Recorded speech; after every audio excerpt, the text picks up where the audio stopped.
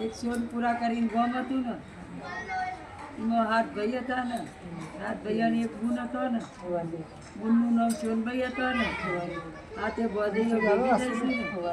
ભેગી થઈને દશામાનું વ્રત કરીશું ને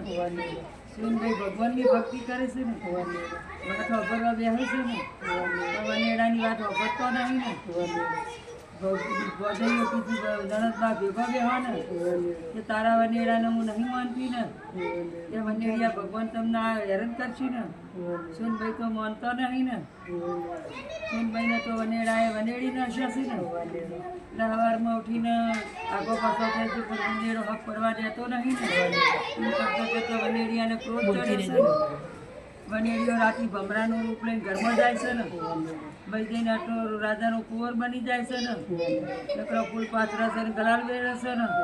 આખા નગરમાં એવી વાત થાય છે ને કે ઓની સોડી એક લાડવાઈ છે ને એને તો આખું ગોમ બગાડી છે ને તે આપણી રહેતી નહીં ને અને બહાર ભક્તિનો નાટક કરે છે ને એમ કરતાં કરતાં એના આખા નગરમાં એક ધાર વાત થઈ ગઈ છે ને એટલે બધીઓ ભેગી થઈને હાથ ભાઈઓને વાત કરી છે ને કે આવું મારી બૂન ના કરે ને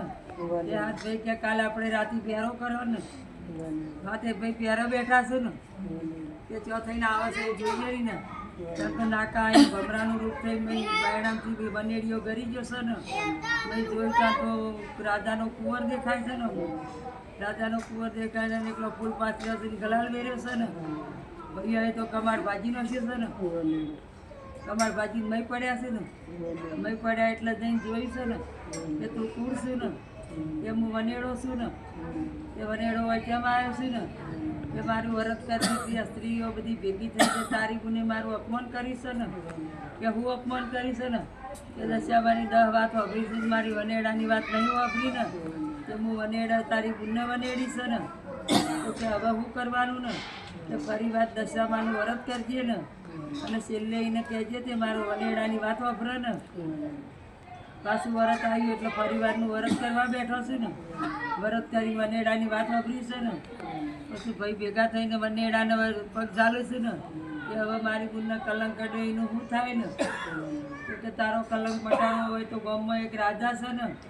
રાજાના ઘેર કરદેવીનું મોટું મંદિર થાય ને એ મંદિરનું શિખર ચડાવવાનું થાય એટલે પવિત્ર સ્ત્રી બોલાશે ને તો કોઈનાથી આ શિખર ચડે નહીં ને એ વખત તારી બુનને મોકલજે ને અને તું તારી બુન જાય એટલે એનું શિખર એના 7 થી 1000 ચડી જાય ને એટલે આખા ગામમાં રંઢેરો ટીપાયો ને આખા ગામની સ્ત્રીઓ ભેગી થઈ એટલે બધા મનમાં બુઝાવા માંડી છે ને એટલે રાજો કહેતો ઓહો આટલું મોટું નગર છે ને એમાં કોઈ પવિત્ર સ્ત્રી જ નહીં ને બનેડે આગલી સોનભાઈ તો કાંઠો થઈને હેડ્યા છે ને તો પેલા શિખરનો હાથ દીધો છે ને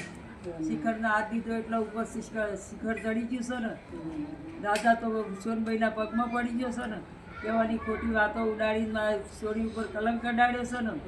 આ તો સતીવાણી છે ને આખું ગામ સતીને પજે લાગે છે ને બોલો વનેડિયા ભગવાનની જય